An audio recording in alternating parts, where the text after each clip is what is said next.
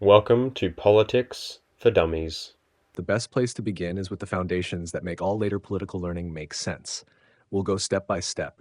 Here's the learning path we'll follow, slowly over conversations. 1. What politics is, the core idea. 2. Why political systems exist. 3. Power, the state, and legitimacy. 4. The major ideologies, liberalism, conservatism, socialism, etc. 5. How these shape the US, UK, and Australia. 6. Key historical events, documents. 7.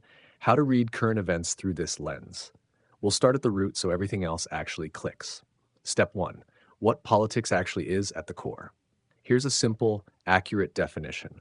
Open quote, politics is how groups of people decide who gets to make decisions, how power is used, and how resources are shared.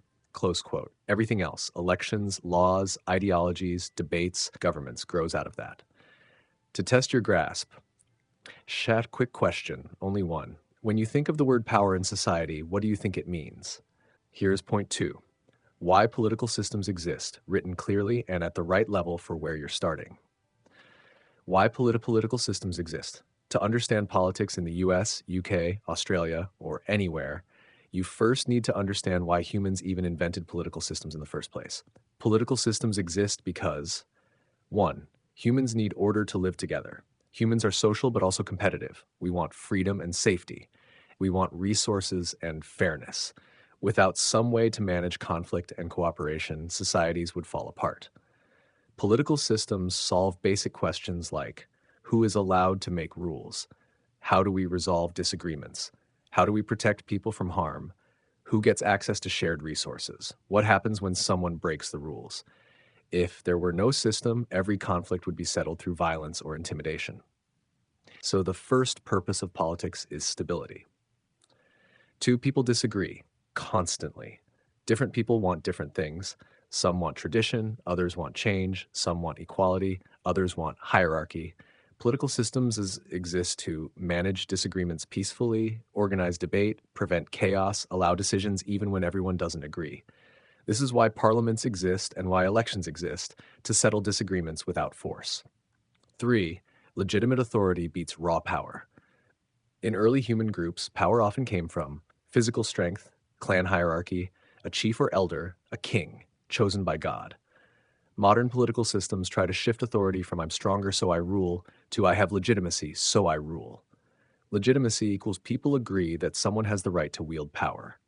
In democracies like Australia, the UK, and the US, legitimacy comes from elections, constitutions, the rule of law, public consent. This keeps rulers accountable and prevents tyranny. Or 4. Shared resources need organized management. Every society has things no individual can manage alone. Roads, schools, national defense, healthcare systems, public transport, natural resources, taxation. Political systems decide how resources are collected, taxation, how resources are distributed, budgets. What gets prioritized, healthcare, defense, education, who benefits, citizens, corporations, vulnerable groups. This is where ideology starts to matter. Different political ideologies answer these questions differently. Out of 5, people want protection from others and from the state. A political system must balance two kinds of protection. Protection from each other, laws, policing, courts. Protection from the government itself, rights, limits on government power, constitutions. This is why democracies have separation of powers, constitutions, independent courts, elections, free speech protections. These limit the risk of oppression. National 6, societies get big and complexity needs structure. As populations grow, economies get complex, conflicts become larger, resource management becomes harder, threats become external, other nations. Political systems scale up human cooperation. They make it possible for millions of people to function as a single society. 7, people need a shared vision. Politics is also about defining what kind of society we want, what values matter, what future we're building. This is why ideologies exist. They are models of what a good society should look like. In short, political systems exist to 1. Keep order, 2. Manage disagreement, create legitimate authority, 4. Organize shared resources, 5. Protect rights, 6. Handle large-scale complexity, 7. Shape collective goals. Once you understand this foundation, every political debate in the US, UK, and Australia starts to make sense, because each conflict is really about how we answer these core questions. Point 3. Power, the state, and legitimacy. This is one of the most important foundations in political education. Once you understand these three concepts, everything about the US, UK, and Australian systems becomes clearer. Number 1. What is power? In politics, power means the ability to influence or control the behavior of others. There are three main types.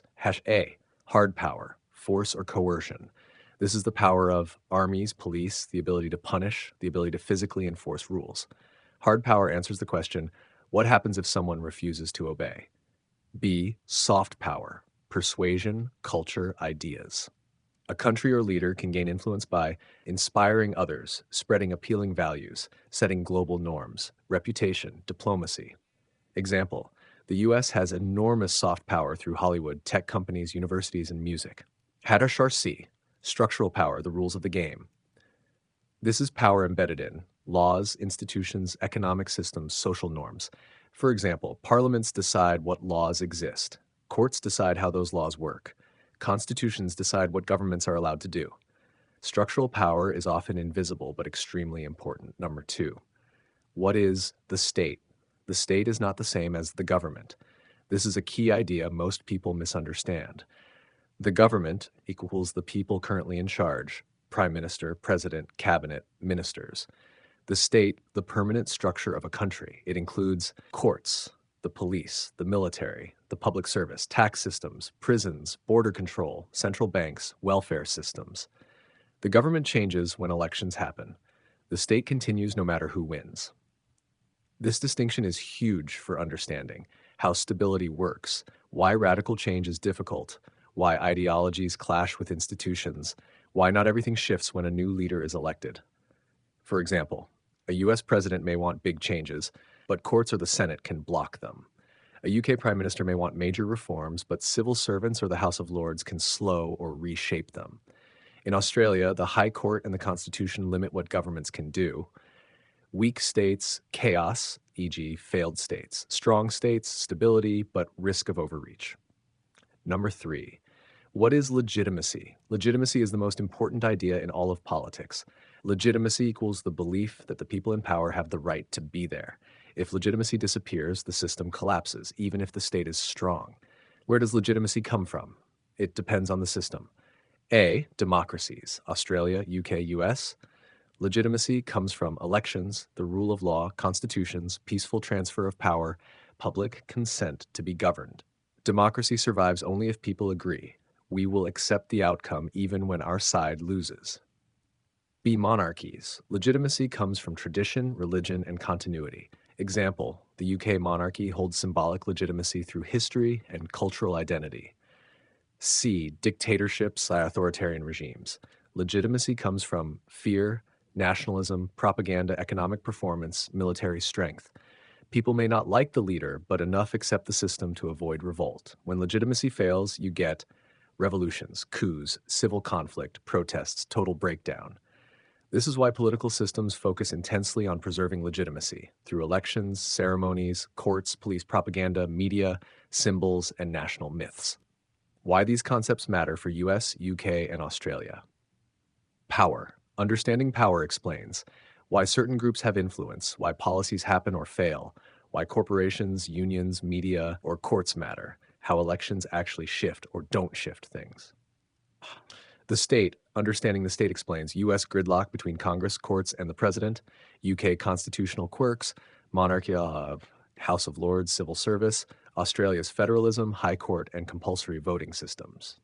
Legitimacy. Understanding legitimacy explains political polarization in the US, distrust in media, Brexit in the UK, declining trust in institutions across Australia, why scandals matter so much, they damage legitimacy, not just reputation. Point 4. The major political ideologies. Political ideologies are systems of ideas that explain how society should work and how power should be used. They answer big questions like, should wealth be shared or private? Should governments control markets? Should tradition guide decisions? Or should society constantly reform? How much freedom should individuals have versus society as a whole? Let's break down the most influential ideology. And after her one, liberalism, core individual freedom, equality under the law, democracy, and free markets. Originated in 17th, 18th century Europe, John Locke, Adam Smith. Belief that people are rational and can make choices if protected from tyranny. Government's role, protect life, liberty, and property, provide some public services if needed. Variants, classical liberalism, minimal government, strong emphasis on markets. Modern liberalism, government should intervene to ensure fairness, welfare, and social mobility. Example question, liberalism addresses, should education be free for everyone? Key thinkers, John Locke, John Stuart Mill, Adam Smith. Number 2, conservatism, core idea, preserve tradition, maintain social order, gradual change. Originated as a reaction to revolutions in Europe, French Revolution 1789. Conservatives value established institutions, family, religion, monarchy, and distrust rapid change. Government's role, maintain order, protect private property, preserve cultural continuity. Example question, conservatism addresses, should society accept rapid social reform or protect traditions that have lasted generations? Key thinkers, Edmund Burke, Michael Oakeshott. 3. Socialism, core idea, social equality, collective ownership, or control of resources, reduce economic inequality.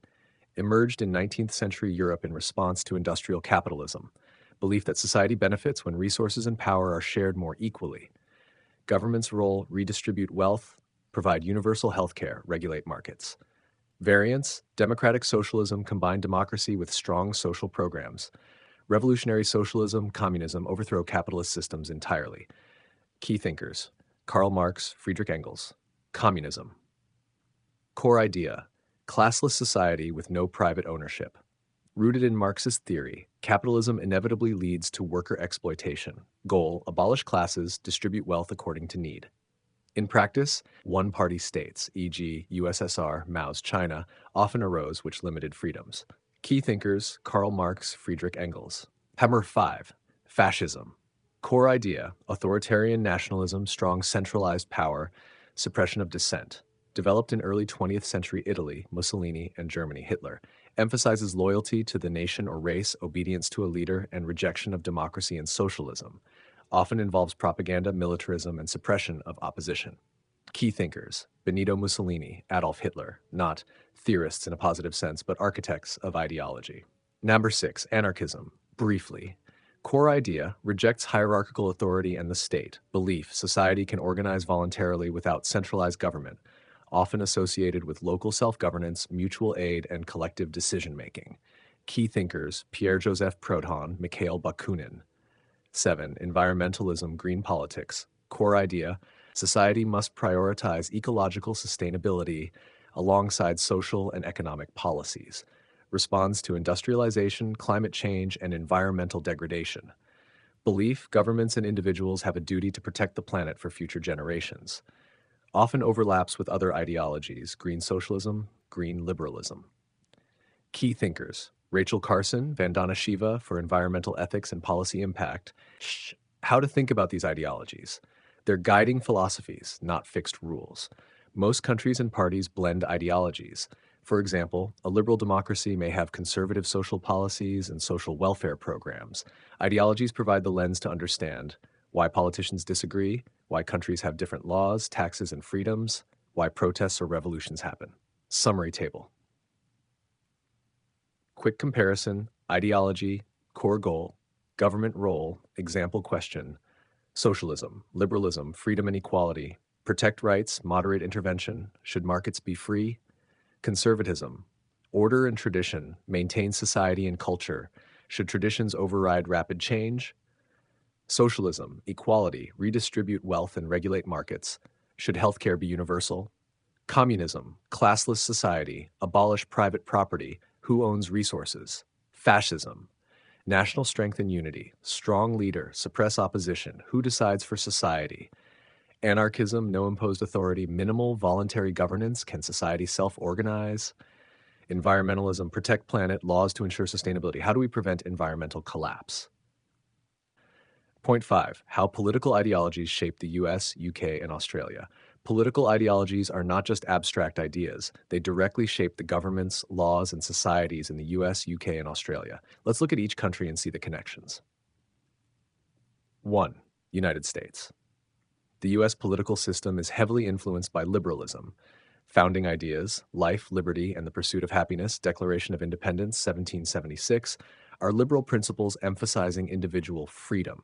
Constitution, 1787, established separation of powers, legislative, executive, and judicial, to prevent concentrated power. This reflects liberal concerns about tyranny. Democratic system, free elections and constitutional rights protect legitimacy, consistent with liberal thought. Other ideologies have also shaped U.S. politics.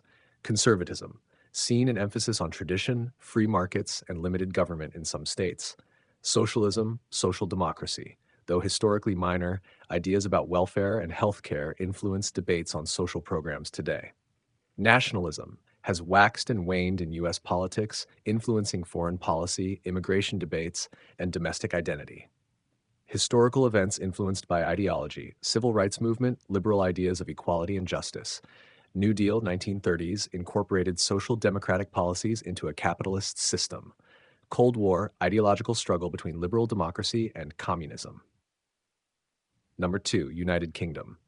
The UK blends liberal, conservative, and socialist ideas in its political history. Liberalism, Magna Carta, 1215, and Bill of Rights, 1689, limited the monarchy and protected individual rights, early liberal milestones. Conservatism, Edmund Burke's response to the French Revolution influenced British conservatism, emphasizing tradition and gradual change. Socialism, Labour Party, founded 1900, brought welfare state ideas. National Health Service, 1948, reflects socialist influence in a democratic system. Key mechanisms reflecting ideologies, constitutional monarchy and parliamentary democracy. Conservative respect for tradition blends with liberal parliamentary principles. Welfare programs, social democratic ideals balance capitalism with equality. Devolution, ideological flexibility allowed Scotland, Wales, and Northern Ireland to gain some self-governance. Historical events influenced by ideology. Industrial Revolution led to socialism as workers sought fairer conditions. World War II strengthened the welfare state. Brexit, debates about nationalism, sovereignty, and liberal internationalism. Optional 3, Australia. Australia's political system reflects British liberal conservative roots, combined with social democratic influences. Liberalism. Australia adopted parliamentary democracy, federalism, and legal protections inspired by the UK and the US. Conservatism. The Liberal Party, founded 1945, emphasizes free markets, tradition, and gradual change. Socialism. The Australian Labor Party, ALP, founded 1891, pushed for workers' rights, public education, healthcare, and social welfare. Key mechanisms reflecting ideologies. Federal system. States maintain local power, echoing liberal concerns about concentrated authority. Compulsory voting reflects social democratic ideas about civic duty. High Court and Constitution ensure legitimacy and limit government power. Historical events influenced by ideology. Gold Rush and Federation, 1850s to 1901, shaped liberal democratic principles. Post-World II immigration policies shaped by economic liberalism and national identity. Medicare and social welfare expansion, socialist principles applied democratically. How ideologies interact across these countries.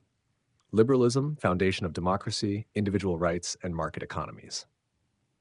Conservatism maintains institutions, tradition, and gradual reform. Socialism, social democracy, tempers inequality, supports welfare programs. Nationalism influences immigration, identity, and foreign policy debates. External events, revolutions, wars, and economic crises test and reshape ideologies in practice. Key takeaway: no country is purely one ideology. Each blends multiple traditions in response to historical events, social pressures, and global influences. Knowing these foundations helps you understand why policies, parties, and debates look the way they do today in the US, UK, and Australia. Point 6. Key historical events and documents. Political systems don't exist in a vacuum. They emerge from key events, revolutions, and legal frameworks that define how societies organize, distribute power, and protect rights. Understanding these will give you a foundation to interpret modern politics. 1. United Kingdom. A. Magna Carta, 1215, first major document limiting the monarch's power, established that even the king was subject to law, introduced ideas of legal rights, due process, and protection from arbitrary authority. B. English Civil War, 1642-1651, conflict between monarchy, Charles I, and Parliament, led to temporary abolition of the monarchy and the execution of Charles I, reinforced the principle that rulers are accountable to representative bodies. C. Bill of Rights, 1689, after the Glorious Revolution, limited the powers of the monarch and strengthened Parliament, established freedoms like free speech in Parliament, regular elections, and the right to petition, key foundation for modern liberal democracy. D. Industrial Revolution and labor movements, 18th and 19th centuries, created urban working classes and inequality. Socialist and labor movements arose, advocating rights for workers and public welfare. E. 20th century, post-World War II welfare state, NHS and social programs introduced, influenced by social democratic ideals. Devolution, 1998 to present, Scotland, Wales, and Northern Ireland gained legislative powers, reflecting democratic adaptability. 2. United States. A. Declaration of Independence, 1776, written by Thomas Jefferson, inspired by liberal ideas, John Locke, asserted individual rights, life, liberty, pursuit of happiness, rejected absolute monarchy, set the stage for a new democratic government. B. U.S. Constitution, 1787, established separation of powers, executive, legislative, judiciary, introduced checks and balances to prevent tyranny. Bill of Rights, 1791, guarantees freedoms like speech, religion, assembly, and due process. C. Civil War, 1860-1865, conflict over slavery and states' rights, resulted in abolition of slavery, 13th Amendment, and strengthened federal power. D. Progressive Era and New Deal, 1890s and 1930s, introduced regulatory laws, social programs, and labor protections, reflected social democratic influence within a liberal capitalist framework. E. Civil Rights Movement, 1950s to 1960s, focused on ending racial segregation and ensuring equal rights, led to key legislation like the Civil Rights Act, 1964, and Voting Rights Act, 1965. 3. Australia. A. Federation, 1901. Former British colonies united to form the Commonwealth of Australia, created a federal constitution balancing state and national powers, modeled on UK parliamentary and US federal systems, blend of liberalism and federalism. B. Early labor movements, late 19th, early 20th century, formation of the Australian Labor Party, 1891, to protect workers' rights, influenced social welfare and industrial relations policies. C. Constitution of Australia, 1901, defines powers of federal versus state governments, protects certain legal principles and outlines parliamentary structure. High Court ensures constitutionality of laws reflecting liberal ideas of rule of law. D. Post-War II social policies. Introduction of Medicare, Social Security, and public education reflects social democratic influences. Immigration reforms after World War II shaped multicultural identity and political debates. Connecting events to ideologies, event, document, country, ideological influence, key concept learned, duration of indemnity, Magna Carta, 1215, UK liberal, rule of law, limits on rulers, Bill of Rights, 1689, UK liberal, parliamentary democracy, individual rights, Declaration of Independence, 1776, US liberal, individual freedom, rejecting tyranny. US Constitution, 1787, U.S. liberal republicanism, separation of powers, checks and balances. Civil War, 1861 to 1865, U.S. liberal equality, rights of citizens versus state power. Federation, 1901, Australia liberal federalism, balance of state national authority. Labour Party formation, Australia/UK, socialism, workers' rights, social welfare. Dash 5, why these events matter today. The UK's Magna Carta and Bill of Rights show that even centuries-old events shape modern democracy. The US Constitution continues to influence debates on rights, elections, and government powers. Australian Federation and social policies reflect how liberal and social democratic ideas balance freedom, equality, and governance. Understanding these events helps you see why political debates aren't just arguments, they're clashes over foundational principles. Point 7. How to read current events through this lens. Understand what politics is, how systems work, the major ideologies, and key historical events and documents, you can approach current events with much more clarity. Instead of just reacting to headlines, you can analyze them, see patterns, and understand the stakes. 1. Identify the core questions. Every political issue can be broken down into basic questions that all political systems face. 1. Who has power? Example, in the US, debates about Supreme Court appointments show how structural power affects long-term policy. 2. Who gets resources and who doesn't? Example, healthcare debates in Australia and the UK reflect socialist versus liberal ideas about redistribution. 3. Which principles or values are at stake? Example, free speech versus censorship, tradition versus reform, national identity versus global cooperation. 4. Who decides legitimacy? Example, protests, elections, or court rulings test whether people accept authority. By asking these questions, you can analyze any news story, policy, or political conflict. 2. Spot ideologies in action. Most current debates are ideological battles, even if people don't name them. Liberalism, arguments about individual rights, democracy, free markets. Conservatism, arguments about tradition, law and order, incremental change. Socialism, social democracy, debates about healthcare, taxation, workers' rights, inequality. Nationalism, populism, immigration, borders, identity, national pride. Environmentalism, green politics, climate policies, sustainability, and future-oriented laws. Practical tip: when reading news, ask which ideology is guiding this policy or argument. This helps you understand why people support it, not just what it does. 3. Understand historical context. Current events are often echoes of past struggles. US. Voting rights debates reflect civil rights movement battles. UK. Brexit debates draw on centuries of sovereignty versus EU integration conflicts. Australia. Indigenous land rights discussions tie back to colonization and post-World War II immigration policies. If you can trace the historical lineage of an issue, you'll understand both why it matters and why it's contentious. 4. Recognize the role of the state. Ask yourself, which part of the state is involved? Legislature, courts, bureaucracy. How does institutional structure influence outcomes? Are political actors testing limits of legitimacy?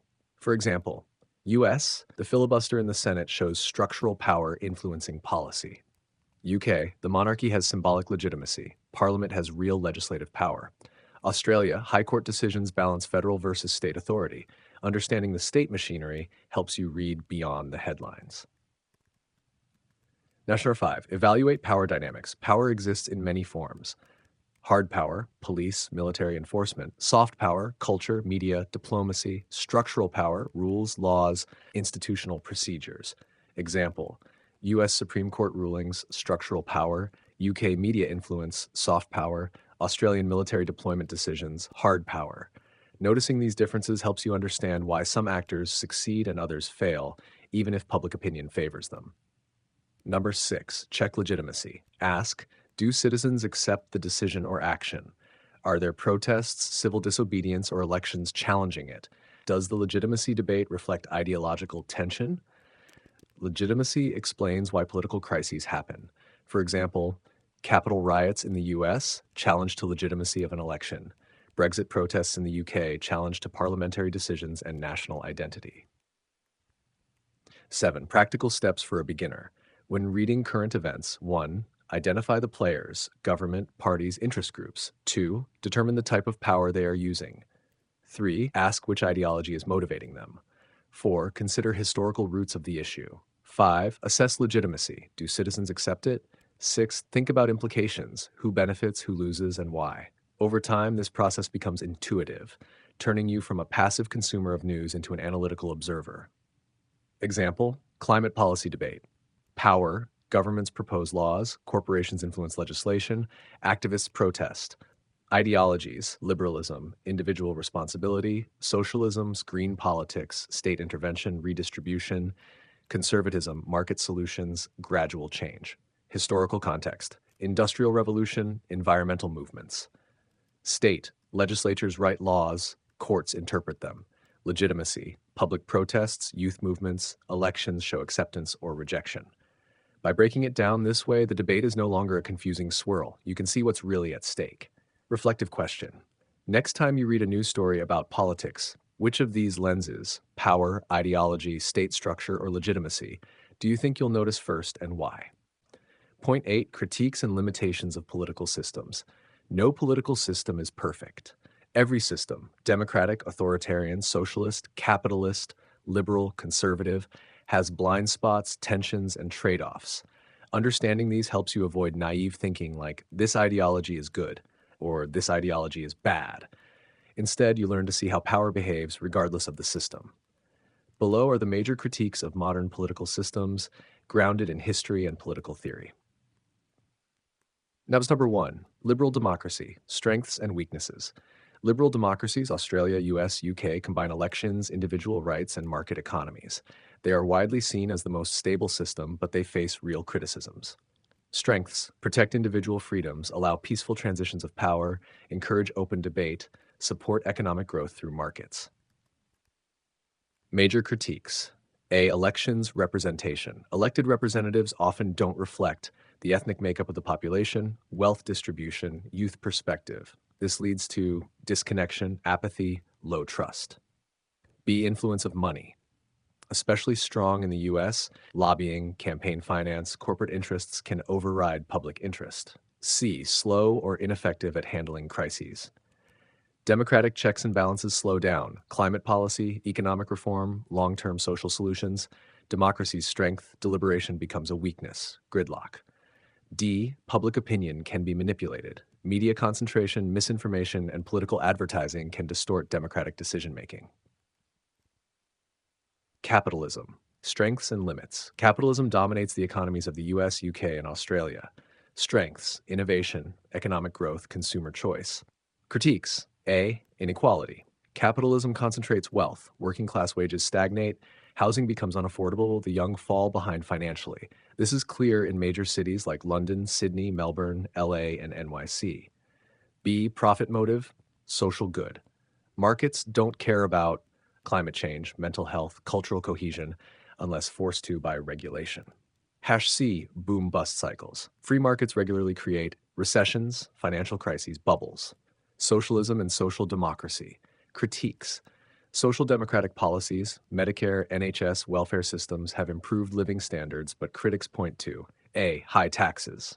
Welfare systems require higher taxes, larger state bureaucracy. Some argue this slows innovation or encourages dependence. B. Inefficiency. Public systems can suffer long wait times, NHS, slow bureaucracy, lack of competition. C. Risk of overreach. If expanded too far, the state can crowd out private innovation or centralize too much authority. Number 4. Conservatism critiques. Conservatism values stability, tradition, and gradual reform. Critiques. A. Resistance to necessary change. Conservative politics can delay equality reforms, climate action, economic modernization. B. Nostalgia for a past that never fully existed. Idealized visions of the good old days often ignore class oppression, racial inequity, gender inequality. C. Overemphasis on social order can lead to overpolicing, strict immigration policies, harsh punishments. 5. Nationalism and populism. Critiques. These ideologies are appealing during times of insecurity, economic or cultural, but they carry risks. Critiques. A. Division and tribalism, us versus them thinking increases, polarization, racism, cultural hostility. B. Threats to democratic norms. Populist leaders may undermine courts, attack media, question elections. C. Simplified solutions to complex problems. Populism often offers emotional answers to structural issues. 6. System-level critiques across all countries. A. Politics fails. Young people globally, the 18 to 25 demographic, faces unaffordable housing, insecure work, student debt, low wages, climate anxiety. Political institutions often respond slowly because older voters dominate elections, politicians focus on short-term cycles, parties avoid systemic change. B.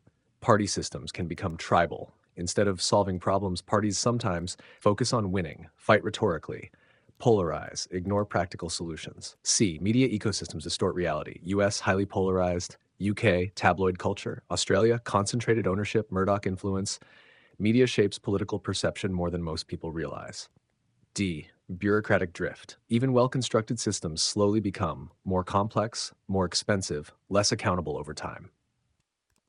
Number 7, why learning these limitations matters. Understanding criticisms helps you read news critically, avoid simplistic ideological thinking, spot manipulation, judge policies based on trade offs, not tribal loyalty. Good political education is not about loving or hating one ideology. It's about knowing what each does well and what each does badly. Point 9. Future trends and predictions. No web search. Understanding future political trends isn't about guessing. It's about recognizing long-term forces that reliably shape societies. Below are the most important political trajectories of the coming decades that matter for someone your age, 21 in Australia, and also for interpreting what's happening in the US and UK. Number 1, generational shifts will reshape politics. Every 20 to 25 years, a new generation reaches political maturity and changes the culture. Younger generations tend to be more educated, more secular, more digitally connected, and more skeptical of traditional hierarchies. This usually leads to pressure for institutional reform, especially around inequality, corruption, and transparency. Historically, generational change produces major political turning points, e.g., the post-World War II welfare states, the 1980s neoliberal turn. Prediction: your generation will challenge existing power structures, especially around housing, wealth concentration, and climate issues. Number 2, technology will become a political battleground. Technology isn't just a tool, it determines how power is distributed. Key dynamics: governments will increasingly use AI and data collection for administration, security, and public services. The same tools can be used for surveillance, censorship, and influence. Social media will continue to create polarization and shape political identity. States will compete with large tech corporations for control over digital infrastructure, currency, and information flows. Prediction: the central political conflict of this century is who controls the digital world, governments, companies, or citizens. Number 3, democratic backsliding and authoritarian drift. Many democracies show signs of stress, polarization, declining trust in institutions, populist movements that reject established norms, leaders attempting to weaken independent courts, media, and oversight. Historically, democracies rarely collapse suddenly. They erode slowly, often legally, through changes in rules, norms, and expectations. Prediction: the next decades will test whether liberal democracies can renew themselves or drift into soft authoritarianism. 4. Climate change will redefine political priorities. Climate disruption doesn't only affect weather, it affects political stability. Expect resource competition, water, farmland, energy, mass migration induced by climate pressures, debates over who pays for adaptation and damage, new industries and job markets emerging from green technology, increased activism from young people demanding systemic change. Prediction: climate will become the core political axis of the 21st century, intersecting with economics, immigration, and security. Number 5, the world is moving toward multipolarity. For most of the late 20th century, the US was the dominant global power. That is gradually changing. Trends indicate the rise of multiple powerful states rather than one hegemon, expanded influence from mid-sized countries, regional blocs, and non-state actors, declining Western dominance over global norms, more complex alliances focused on economics and technology, not ideology. Prediction: global politics will resemble a network, not a hierarchy, with power shared by several major players. Legitimacy. Crises in Western countries. When people feel the system doesn't work for them, legitimacy erodes. Common drivers: rising cost of living, wealth inequality, housing shortages, declining trust in media, political corruption and inertia, generational inequality.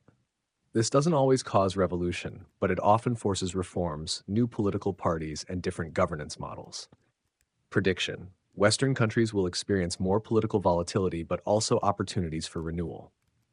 Number 7, identity, migration, and cultural realignment. As societies become more diverse, identity becomes politically important. Immigration debates, multiculturalism versus nationalism, generational differences in values, conflicts over gender, race, and cultural norms.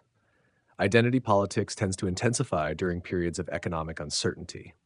Prediction: identity will remain a major political fault line in the US and UK, but become more moderate and consensus-driven in Australia. New models of participation will rise. People increasingly feel conventional voting isn't enough. Emerging forms include digital democracy, crowdsourced policymaking, decentralized political movements, citizen assemblies, direct action activism need both strengthen democracy, more participation, and weaken it, fragmentation, misinformation. Prediction: politics will become more fluid, less tied to political parties, and more tied to issues and networks.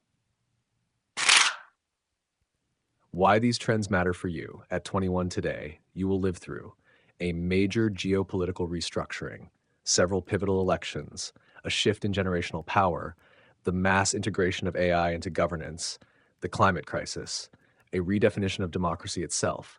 You're the age group that will inherit and shape these transitions. Here's the natural point 10 that follows the sequence we've built: how to think politically without becoming polarized or manipulated.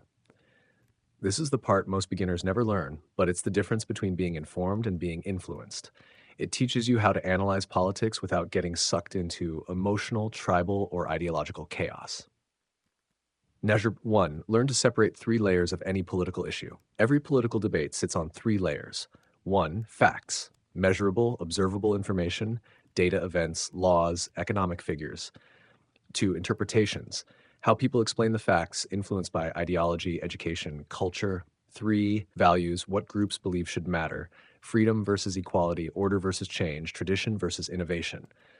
Most people confuse these layers. Once you learn to separate them, every debate becomes clearer. Measure 2. Look for interests, not just opinions. Political actors rarely fight for abstract principles alone. Behind every position are economic interests, class interests, institutional interests, personal incentives, cultural identity, power calculations. Ask, open quote, who benefits if this policy wins, close quote. That simple question reveals far more than political speeches ever will. 3. Evaluate information by its incentives. A powerful rule, open quote, never evaluate a claim on how persuasive it feels. Evaluate it based on the incentives of the person saying it, close quote. For example, politicians want re-election, media wants clicks, corporations want profit, activists want mobilization, governments want stability. Understand the motive, understand the message. Nandersnash for 4, use the spectrum, not the tribe. Healthy political thinking means you don't have to agree with a whole ideology. You can borrow ideas from multiple traditions. You can shift positions issue by issue. Politics isn't Team A versus Team B. It's a landscape with dozens of possible combinations. Namshar 5. Learn historical patterns. History doesn't repeat, but it rhymes. Certain cycles recur: inequality, social unrest, fear, nationalism, crisis, increased government power, new technology, new political struggles, generational change, ideological realignment. If you see these patterns, you won't be surprised by modern events. You'll recognize them. 6. Recognize emotional manipulation. Politics often uses fear campaigns, symbolic language, identity triggers, moral outrage, us versus them. Framing, simplified villains, appeals to anger or belonging. When you spot the emotional hook, you gain immunity from manipulation. 7. Prioritize primary sources whenever possible. Read laws, read speeches, read original documents, read actual data. The more direct your sources, the less distortion. This is why reading the US Constitution, Magna Carta, or Australian High Court decisions gives you more clarity than 100 TikToks. 8. Build a mental model of each ideology. For each major ideology, store its core value, e.g. liberalism equals freedom, what it fears, e.g. socialism fears exploitation, what it promises, what it tends to ignore or underestimate. Then, when you hear a policy proposal, you can predict its reasoning without guessing. Number 9. Avoid absolutism. Nearly every ideology solves one problem, creates a different one. Recognizing trade-offs is what separates political literacy from political fanboying. Point 11. Institutions you should know: courts, parliaments, parties, media. To understand modern politics, you need to understand the institutions that hold, check, and compete for power. Institutions shape what is possible. Governments, leaders, and ideologies all operate inside these structures. Below is a clean, beginner-friendly breakdown of the key institutions, how they work, and why they matter in the US, UK, and Australia. Number 1. Parliaments and legislatures. These are the bodies that make laws, control budgets, debate issues, and oversee the executive. U.S. Congress, two chambers. House of Representatives, population-based representation. Senate, two senators per state. Strong separation of powers. Congress is independent from the president. UK, Parliament at Westminster, two chambers. House of Commons, elected, real power. House of Lords, appointed, revising chamber. The executive, Prime Minister plus cabinet, comes from Parliament. Australia, Federal Parliament, two chambers duplicating the Westminster structure. House of Representatives, government formed here. Senate, state representation like the US, strong reviewing power, mix of US federalism plus UK parliamentary government. Why parliaments matter? They reflect the political will of citizens. They can limit executive power. They determine the direction of national policy. They become the battlefield for ideological conflict. Number 2, the executive branch. What it is: the part of government that runs the country, enforces laws, and handles day-to-day governance. US, president, head of state plus head of government, separate from Congress, has veto power, foreign policy power, military command. UK, prime minister, selected from the House of Commons, must maintain the confidence of Parliament. Monarch is ceremonial head of state. Australia, prime minister, Westminster-style PM with a ceremonial governor-general representing the monarch. PM must control a majority in the House of Representatives. Why executives matter. They set national priorities. They control bureaucracy, defense, foreign affairs. They can expand or abuse power, making oversight crucial. Number 3, courts and judicial institutions. These bodies interpret laws, protect rights, and keep the other branches in check. US, Supreme Court, extremely powerful, can overturn laws, block presidents, redefine rights, lifetime appointments, major long-term influence on social issues. UK, Supreme Court, high authority but cannot strike down acts of Parliament. Parliament is sovereign. Important for human rights and administrative fairness. Australia, High Court, interprets the Constitution, can strike down legislation inconsistent with the Constitution, historically shapes federal versus state power. Why courts matter. They decide what governments can and cannot do. They protect citizens from unlawful power. They settle disputes between states, branches, and citizens. Number 4, political parties. Parties bundle together ideologies, interests, and voter groups. Common traits across US, UK, Australia. Parties simplify complex issues into a platform. They mobilize voters. They select leaders and candidates. They shape the national debate. US, two-party system. Democrats versus Republicans. No preferential voting, winner takes all. Polarization is high. UK, Conservative Party versus Labour Party dominate. Smaller parties, Lib Dems, SNP, influence regionally. Parliamentary system encourages party discipline. Australia, Labour versus Coalition, Liberal plus Nationals. Preferential voting, more minor party influence. Senate often requires negotiation, compromise. Why parties matter. They translate ideology into political action. They organize government. They produce leaders and control legislative agendas. They express generational, cultural, and economic divisions. Number 5, bureaucracy and civil service. What it is: the permanent institutions that implement laws and run services, taxation, immigration, healthcare, transport, welfare. U.S. departments, e.g. state, defense, treasury, agencies like EPA, CIA, FBI. UK, civil service, departments led by ministers. Australia, public service, line agencies like Defense, Home Affairs, ATO. Why bureaucracy matters. They are the machinery of the state. They shape policy through expertise. They persist beyond elections. They can restrain or support political leaders. The media and information ecosystem. Media does not simply inform voters. It shapes political reality. Includes newspapers, TV news, social media platforms, podcasts, YouTubers, think tanks, political commentators, influencers. Roles of media. Sets the agenda, what people think about, frames issues, how events are interpreted, mobilizes opinion, amplifies conflict, or spreads misinformation. Differences by country. US, strong partisan media, Fox, MSNBC, how media influences elections heavily. UK, newspaper culture is extremely influential, e.g. The Sun, The Guardian. BBC plays a major balancing role. Australia, highly concentrated media ownership, Murdoch's outlets dominate, ABC acts as a public broadcaster balancing force. Why media matters. It influences what becomes common knowledge. It can escalate division or moderate it. It affects trust in institutions. It can manipulate, misinform, or educate. Number 7, independent institutions, the guardrails. These bodies keep democracy stable by acting independently of politics.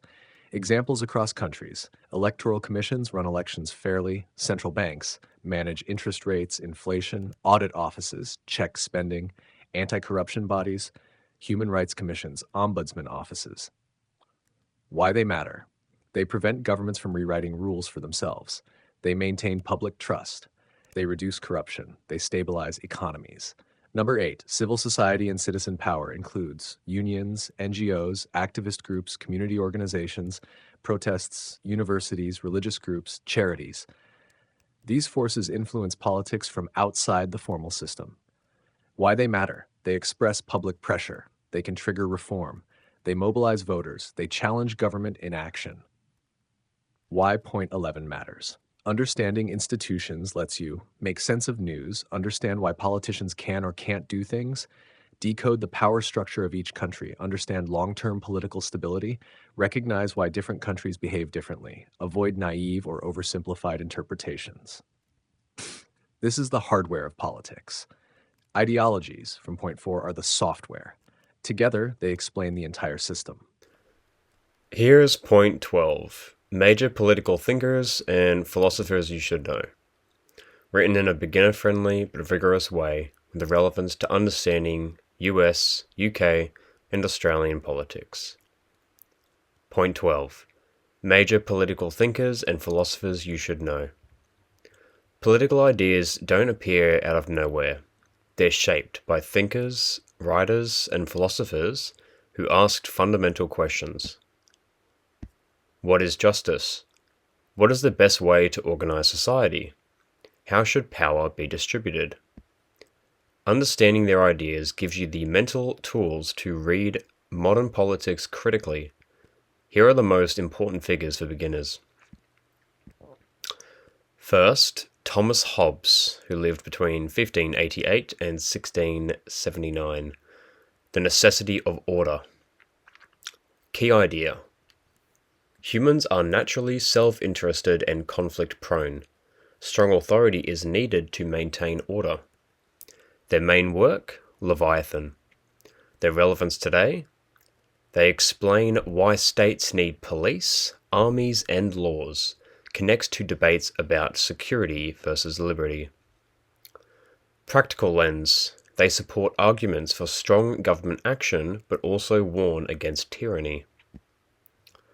Second figure, John Locke, lived between 1632 and 1704, dealing with individual rights and consent. Their key idea? Governments exist to protect natural rights, life, liberty, and property. Citizens have the right to revolt if governments violate these. Their main works? 2 treatises of government. Their relevance today? Foundation of liberal democracy and constitutionalism, influenced the US Declaration of Independence. Practical lens. They helped explain why civil liberties and property rights are central in liberal democracies like the US, UK, and Australia. Third individual, Jean-Jacques Rousseau. Don't know if I'm saying that correctly. 1712 to 1778 they lived. They dealt with popular sovereignty. Their key idea? True political authority comes from the collective general will of the people. Their main work? The Social Contract. Their relevance today? Inspires ideas about democracy, participatory government, and civic responsibility. Practical lens. Explains movements pushing for more direct citizen engagement, referenda, and grassroots politics. Fourth individual, a very key figure in economics. Adam Smith, lived between 1723 and 1790, again dealing with economics and society. Their key idea?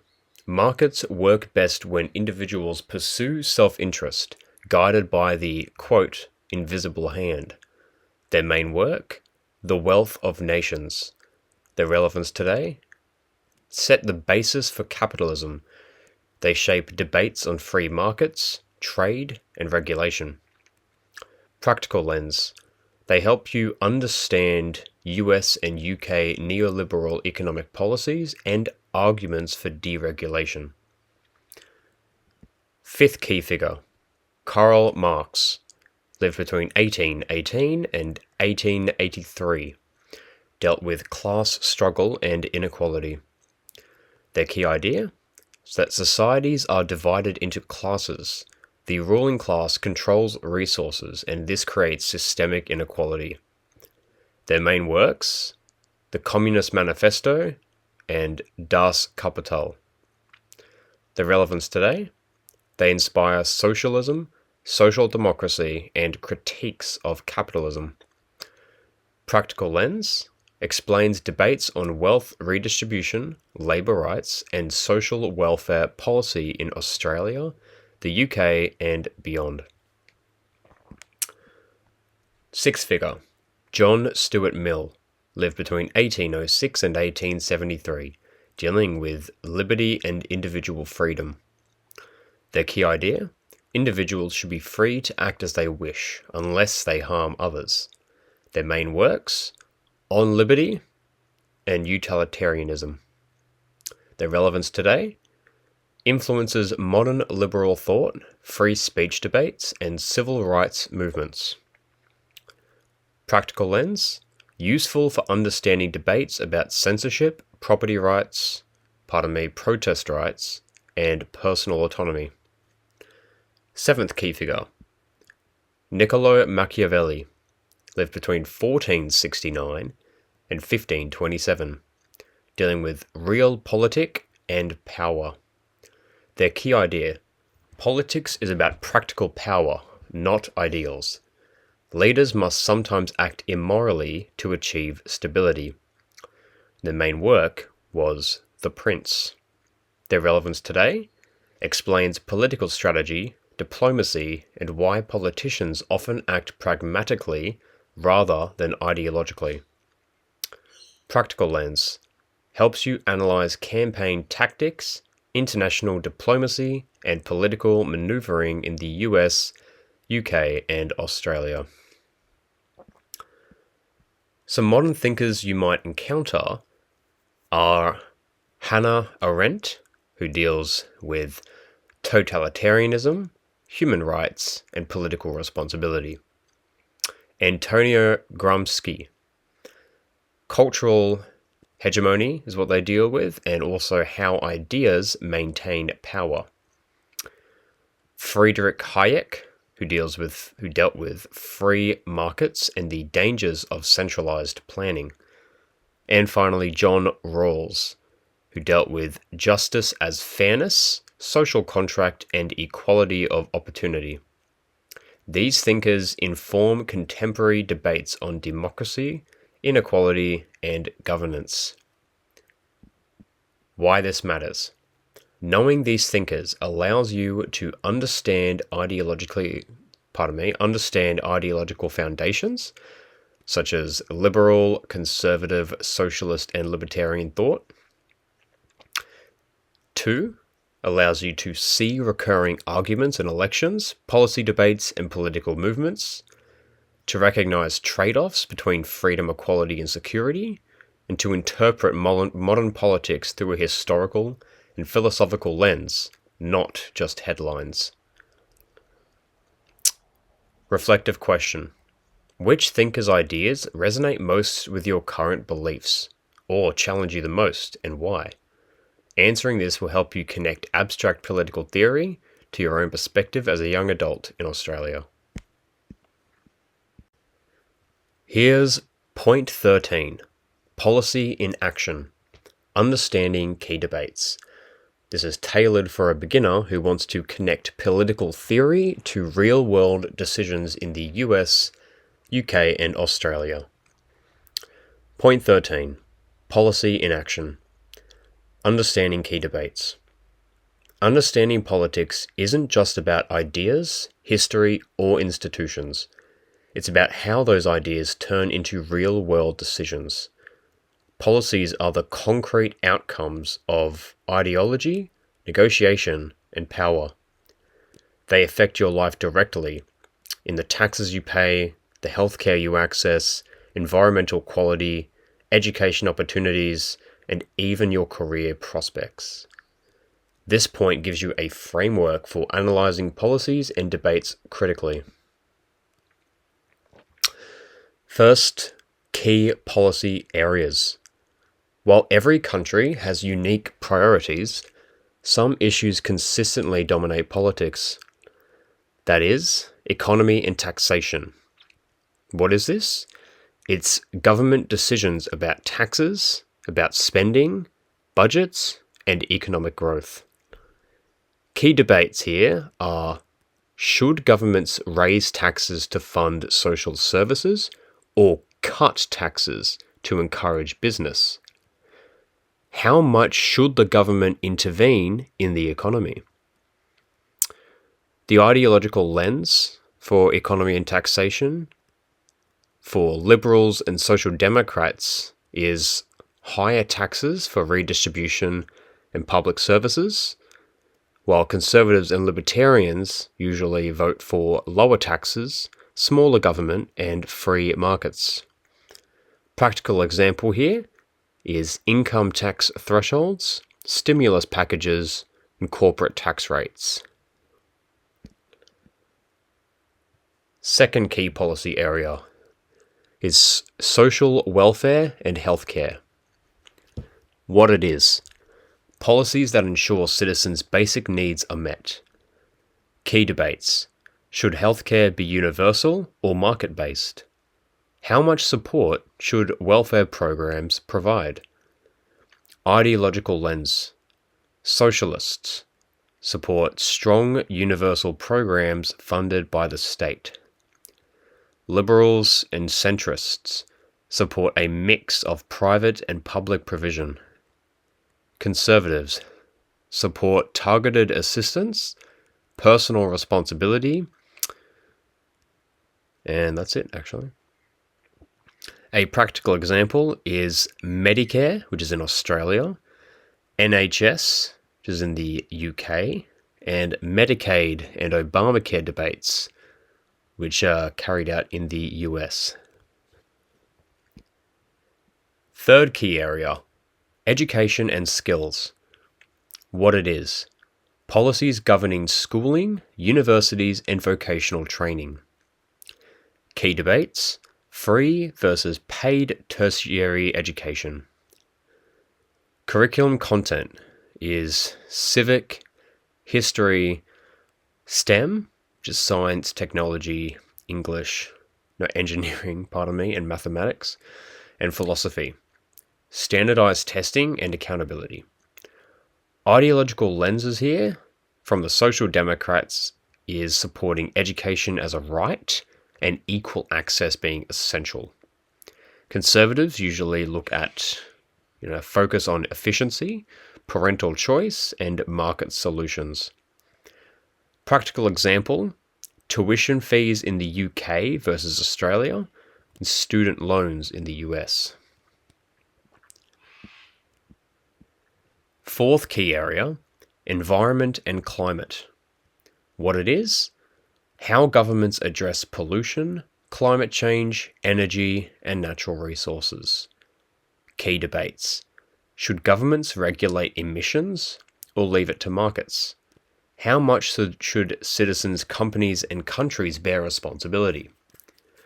Ideological lenses here from the socialists and progressives are strong regulation and international agreements, while the conservatives and libertarians usually support market-based incentives and minimal intervention.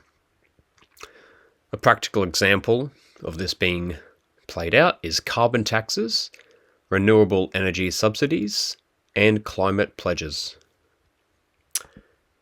Next key area: immigration and borders. What it is rules for who can enter, stay, and work in a country. Key debates here is open versus controlled borders, rights for refugees and asylum seekers, integration versus multiculturalism. Ideological lens.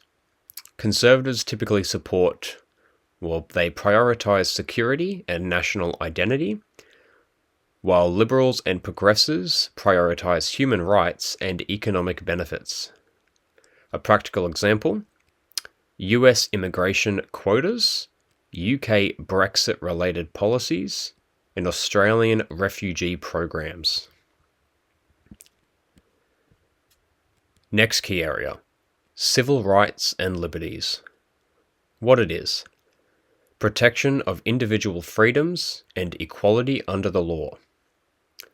Key debates here are freedom of speech versus hate speech regulation, surveillance and privacy, and marriage equality, racial and gender equality.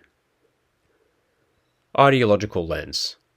Liberals and social democrats support strong legal protection of rights. Conservatives balance rights with tradition and social order. A practical example: US Supreme Court rulings, UK Equality Act, and Australian anti-discrimination law. Those are outcomes of debates on civil rights and liberties. Let's look at how to analyze policy debates. When looking at any policy, ask yourself these questions. What problem is this policy trying to solve? Which ideology or interest group supports it and why? Who benefits and who loses? What trade-offs are being made? How does it relate to historical or global examples? And what evidence supports its effectiveness? This framework transforms political news from confusing headlines into actionable understanding. Let's look at linking policy to institutions and thinkers. Institutions.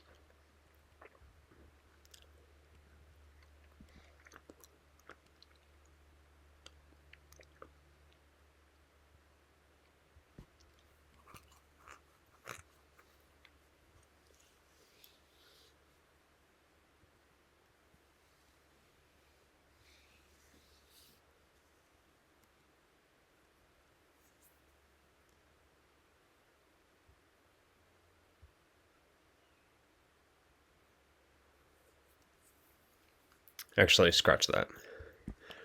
Let's look at practical tips for beginners. When following news, identify the policy area first, so economy, climate, healthcare, etc. Notice the arguments: rights, efficiency, equality, security. Spot the interests and ideologies behind them. And look at evidence or data cited, not just rhetoric. This makes political debates intelligible and meaningful. Why this matters. Policies are where political theory becomes tangible. Understanding debates around economy, healthcare, environments, and civil rights shows how ideology affects your life. It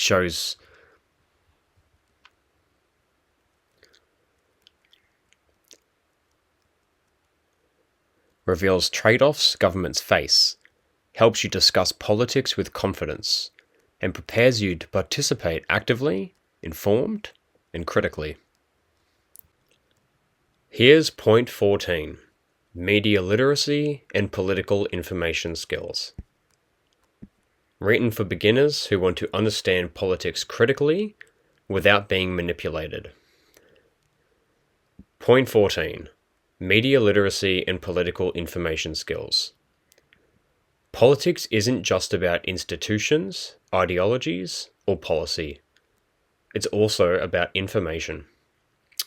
In the 21st century, understanding politics means understanding how information flows, how media shapes perception, and how to separate fact from spin. Media literacy is the skill that allows you to decode political messages identify bias, and make informed judgments. For someone aged 18 to 25 in Australia, the US, or the UK, these skills are crucial to navigate news, social media, and public debate.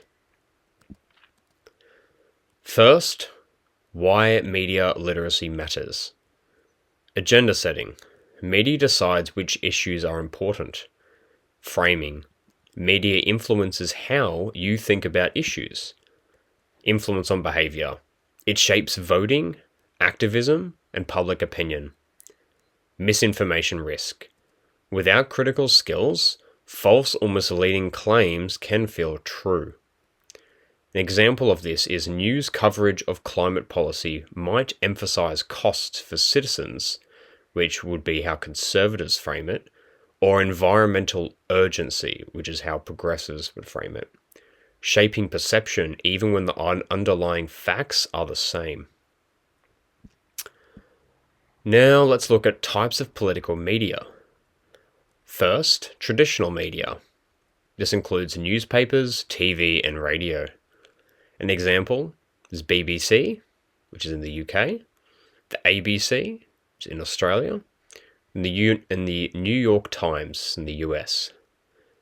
Second is digital media and social platforms.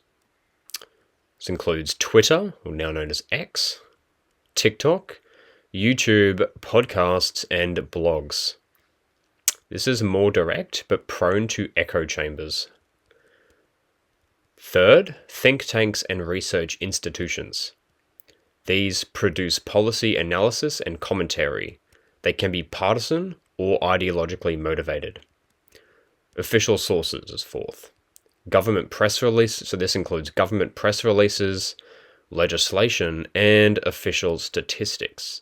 This is usually reliable but can be spun.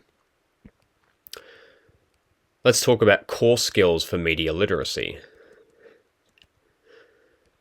First is source evaluation. Who produced this information? What are their incentives?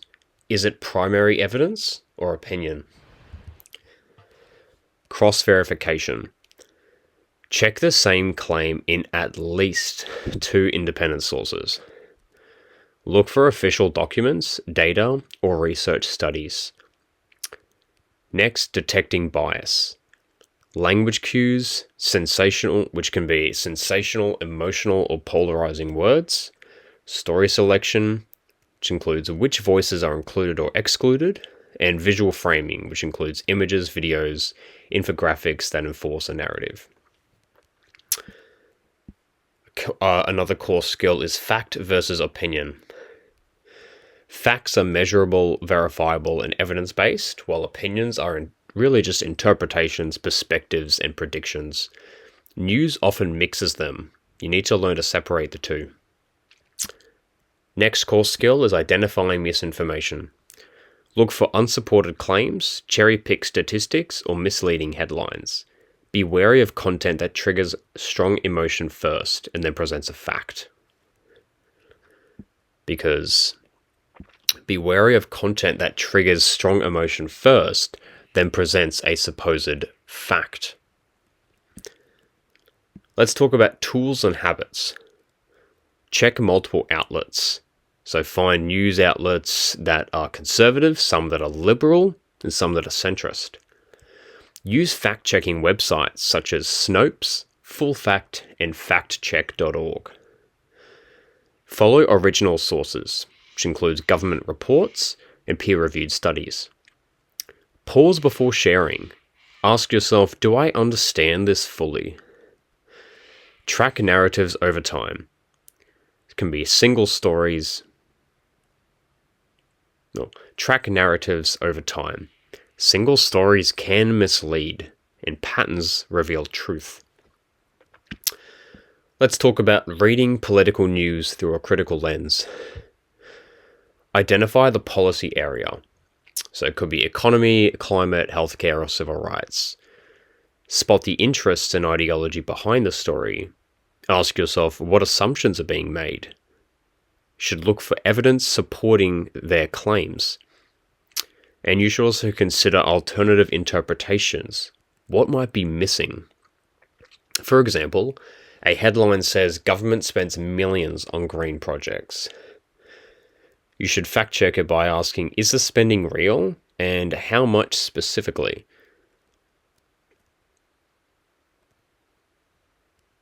Consider perspective. Is this framed as waste or is it framed as investment? Consider the ideology. Who benefits? Is it citizens, corporations, the environment? Now, as for why this matters, without media literacy, even knowledgeable citizens can misinterpret policies and political positions. They can fall into partisan echo chambers, and they can be manipulated by emotion, fear, or identity politics.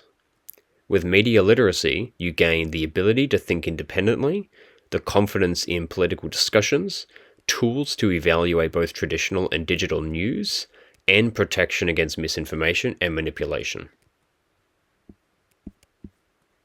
To conclude, politics may seem overwhelming at first, especially if you've never studied it before. But once you break it down into its core elements, which are ideas, history, institutions, policies, thinkers, and information, it becomes much more understandable and relevant to your life. By learning the fundamental concepts and ideologies, which are liberalism, conservative, socialism, etc., key historical events and documents that shape modern democracies, institutions like parliaments, courts, bureaucracies, parties, and the media, major thinkers and philosophers who created the ideas behind policies, policy debates and trade-offs that affect everyday life, and media literacy skills to navigate information critically, you gain a toolkit for understanding, analysing, and engaging with politics thoughtfully, whether you're in Australia, the US, the UK, or anywhere else. The ultimate goal is not just to memorise facts or pick sides, it's to think politically, which means to recognise how decisions are made and make informed choices about the society you live in. Politics isn't just happening out there, it shapes your opportunities, rights, and responsibilities every single day. For a young adult in today's world, mastering these skills means moving from passive observation to active understanding and participation, equipping you to navigate modern political life with clarity, confidence, and insight. That all finished us off for today. Check out my other videos, and thank you very much for watching. Have a great day.